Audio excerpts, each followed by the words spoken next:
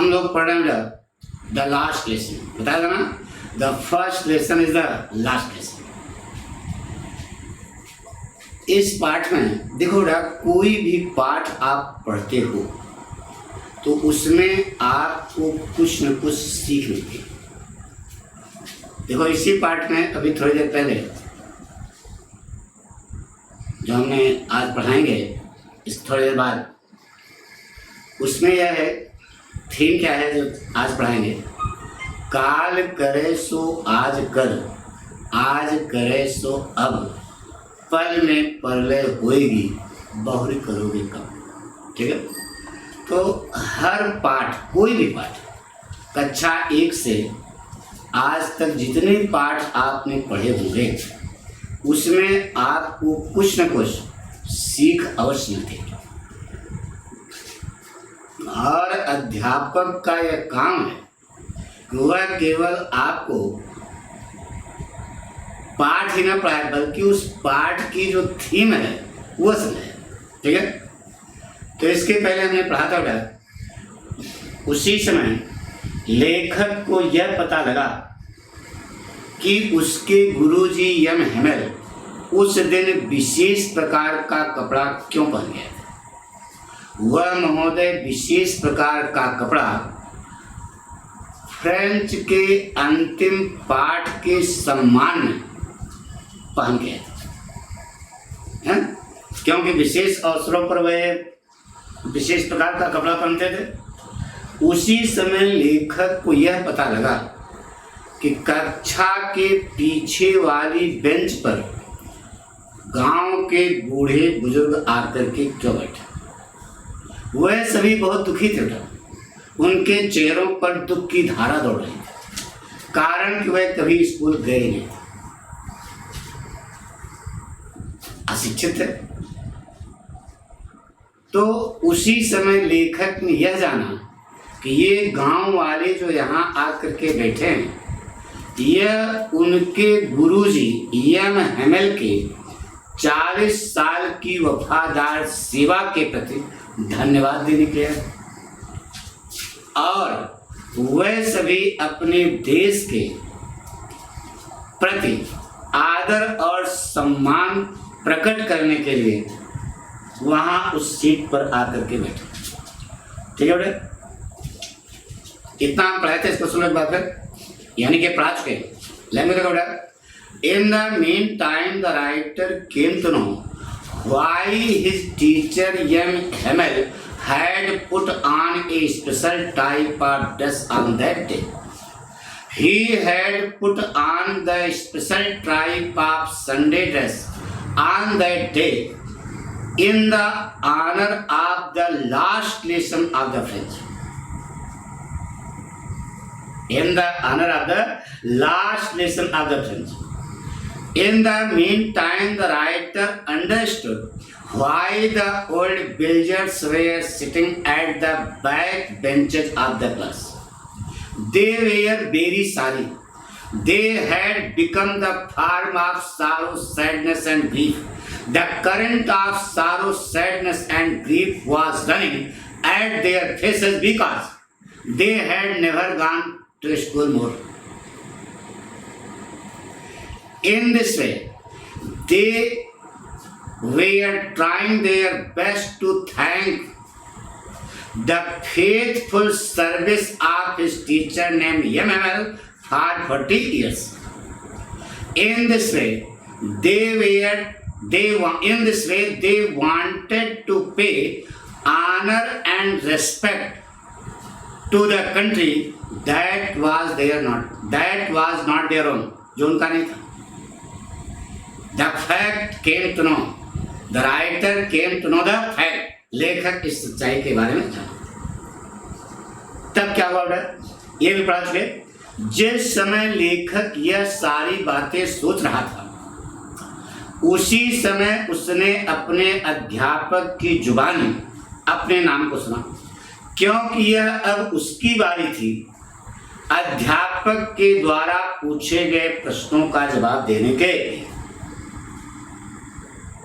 किस पर प्रश्न पूछा जाता था? पार्टिसिपल पर. दुख इस बात का था कि लेखक को पार्टिसिपल के बारे में कुछ भी नहीं मालूम था। वह पार्टिसिपल का अल्फाबेट भी नहीं जानता था। वह चाहता था कि अपने गुरुजी के सामने पार्टिसिपल के प्रत्येक नियम को साफ साफ जोर जोर आवाज में बिना किसी गलती के सुना सके। लेकिन दुख इस बात का था कि उसे कुछ आता नहीं था। पहले ही शब्द पर लेखक घबरा गया। वह अब उसकी जुबान पर एक भी शब्द नहीं था। वह कुछ भी बोलने में असमर्थ था। बहुत डिसअपॉइंट हुआ, निराश हुआ, उदास हुआ और अपने डेस्क को पकड़े हुए वह अपनी जगह पर खड़ा रहा।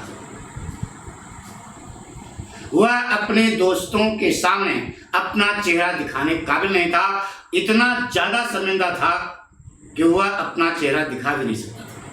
सुनो करें, ये पढ़ चुके हैं, एक बार सुनो। इन the meantime the writer heard his name from the tongue of his teacher. Now it was his turn to reply the question asked by the teacher. Now it was his turn to reply the question asked by the teacher on participle. The matter of sadness was that the writer knew nothing about participle. He wanted to tell the hard and difficult rules of participle clearly, loudly, without any mistake. But the matter of sadness was that he did not know the alphabet of participle. So at first word, he was confused. He was not in position to have a single word on the participle. He was disappointed, dejected, and despaired. So holding his desk, he kept on standing. Holding his desk, he continued his standing. He kept on his standing. He was not in position to show his face before his friends because he was very much ashamed. He had not learned the lesson of the rules of the participle. मौका चूक गया। इतना हम पढ़ा चुके थोड़ा। अब आगे देखो, ध्यान से देखना। उसी समय I heard young Hamel say to me, मैंने यम हैमल को कहते हुए सुना कि I would not scold you, मैं तुमको डांटूंगा नहीं लिटिल फ्रेंड्स। हे लिटिल फ्रेंड्स, लेखक का एक नाम था ना लिटिल फ्रेंड्स। हे लिटिल फ्रेंड्स, मैं तुमको डांटूंगा नहीं, पीटूंगा नहीं। क्यों? You must feel bad enough, तुम बहुत ज्यादा दुखी हो, तुम बहुत ज्यादा निराश हो, तुम बहुत ज्यादा उदास हो, इसलिए अब मैं तुमको न तो डांटूंगा और न ही मारूंगा। लेकिन देखो मामला क्या है कि every see how it is. लेकिन देखो कि मामला यह है कि एवरी डे माने प्रत्येक दिन we have said to ourselves, हम अपने आप से यही कहते हैं कि वाह I have plenty of time, मेरे पास तो पर्याप्त समय है। प्लेंटी माने अधिकता, प्रचुरता, बहुत समय है। आई शैल लर्न इट टुमारो, मैं इसे कल याद कर लूंगा। एंड नाउ यू सी, और आप देख सकते हैं कि where we have come out, अब हम किस स्थिति पर खड़े, गुलाम बन गए हैं। काल करे सो आज कर, आज करे सो अब, पर में परलय होएगी, बहुत करोगे कब। नहीं, हम अपने काम को कल पर छोड़ देते हैं। यही हमने कमी कौन करा? लेखक। यानी कि जो काम आज करना है उसे आज ही करना चाहिए, जो काम अभी करना है उसे अभी करना चाहिए, कल पर नहीं छोड़ना चाहिए। और यही कमी है, that is a great trouble with Alsace, यानी कि यही अल्सास के लोगों के साथ बड़ी समस्या है। एल्सासी किसके लिए है? देश के लिए, अल्सास के लिए। See puts off learning till tomorrow, वह कल तक के लिए याद करने के काम को क्या कर जाता है? दरकिनार कर देता है। मतलब क्या? यानी कि वह आज के काम को कल पर छोड़ देता है। नाउ दोज फेलोज, अब वह लोग, दोज फेलोज आउट, वह लोग जो बाहर से आए हैं, there will have the right to say to you, उनके पास आपसे कहने का यह अधिकार होगा कि हाउ इट इज, यह कैसे है।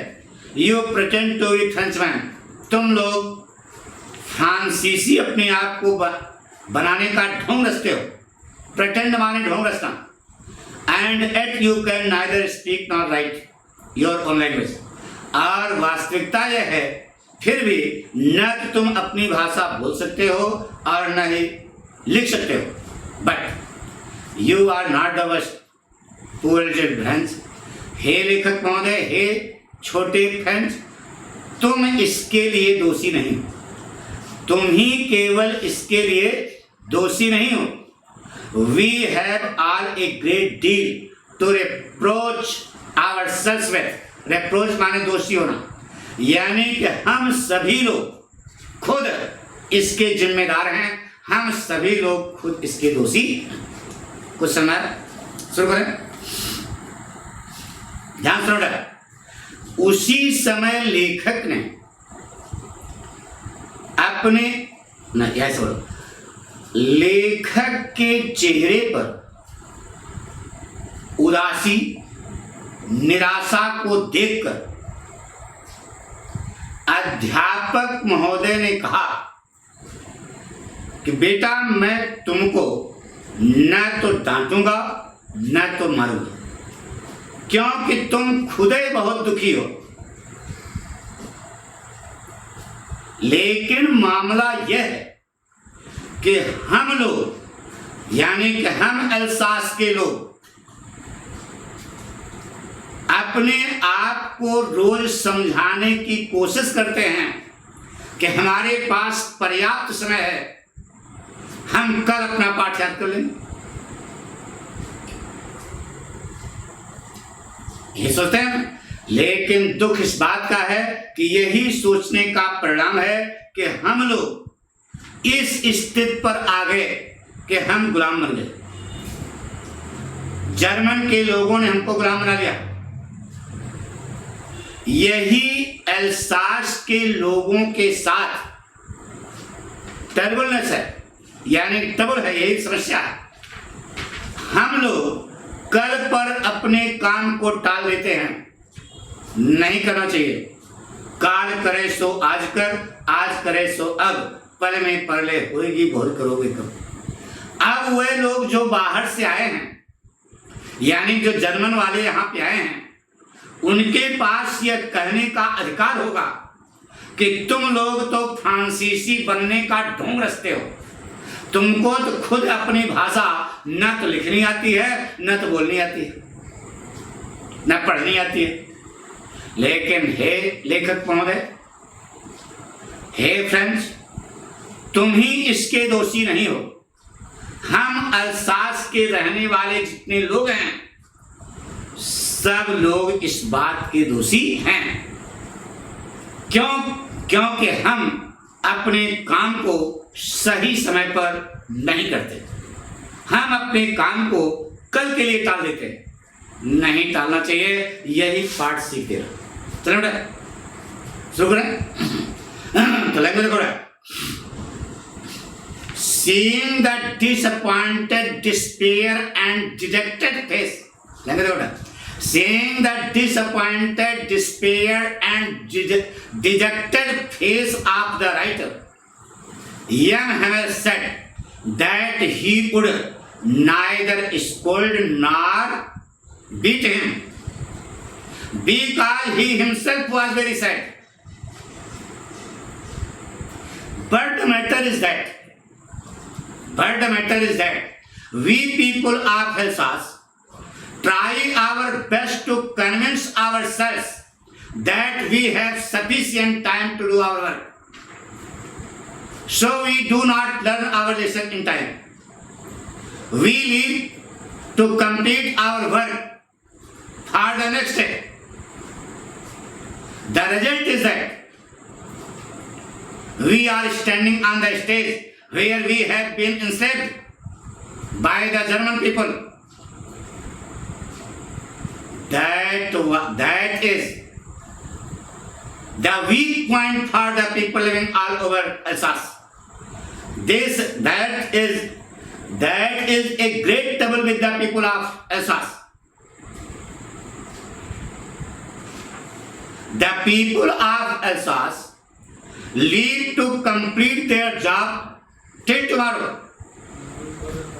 Now those people who are the foreigners will have the right to say that we pretend ourselves to be the French. We do not know how to read and write French. We do not know how to read and write French. हम French भाषा को न तो लिखना जानते हैं न तो बोलना जानते हैं. तो the writer says that adding the writer Jan Hamel says that only he was not guilty in that matter. People living all over Alsace are guilty in that case. इस मामले में सारे लोग जो है दोषी. समझ गया कि एक बार फिर बोल दे, एक बार फिर सुनो बेटा. Seeing the disappointed, despaired and dejected face of the writer, Jan Hamel said that he would neither scold nor beat him because he himself was very sad. But the matter is that मामला यह है कि we people living all over Alsace try our best to convince ourselves that we have sufficient time to do our work. So we leave the lesson of our learning for the next day. The result is that we are standing on that stage where we are enslaved. जहाँ पर हम क्या बन गए, गुलाम बन गए. That was a great trouble with the people living all over Alsace. The people living all over Alsace leave their work for the next day.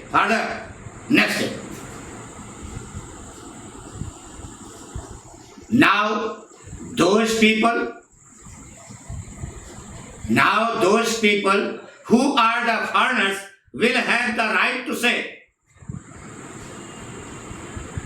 that we pretend ourselves, we show ourselves to be the French, though we are not the French, because we do not know how to read, speak and write French language.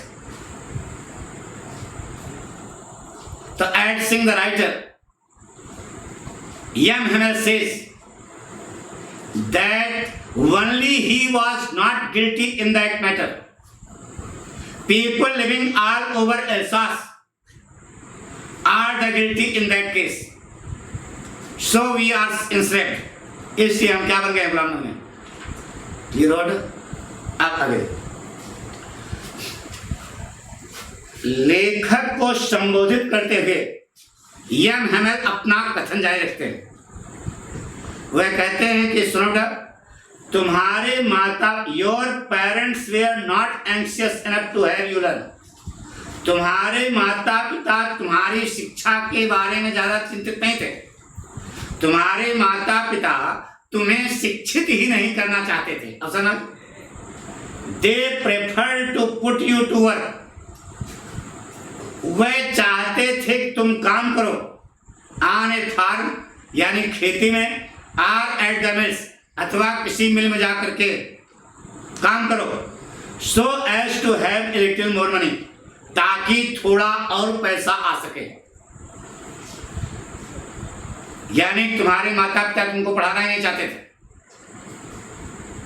तो तुम्हारे माता पिता भी दोषी हैं। And I, और मैं भी कोई दूध का धुला नहीं हूं। I have been to blame also, मैं भी इसका दोषी हूं। ब्लेम माने दोष। Have I not often sent you to water my flowers instead of learning your lesson? आप बताइए, क्या मैंने तुम लोगों को बगीचे में फूलों को पानी देने के लिए नहीं भेज देता था? पाठ याद करने के बजाय, पाठ याद करने की जगह तुमको पाठ याद करना चाहिए। हम कहते थे जाओ बगीचे में फूलों को पानी दो।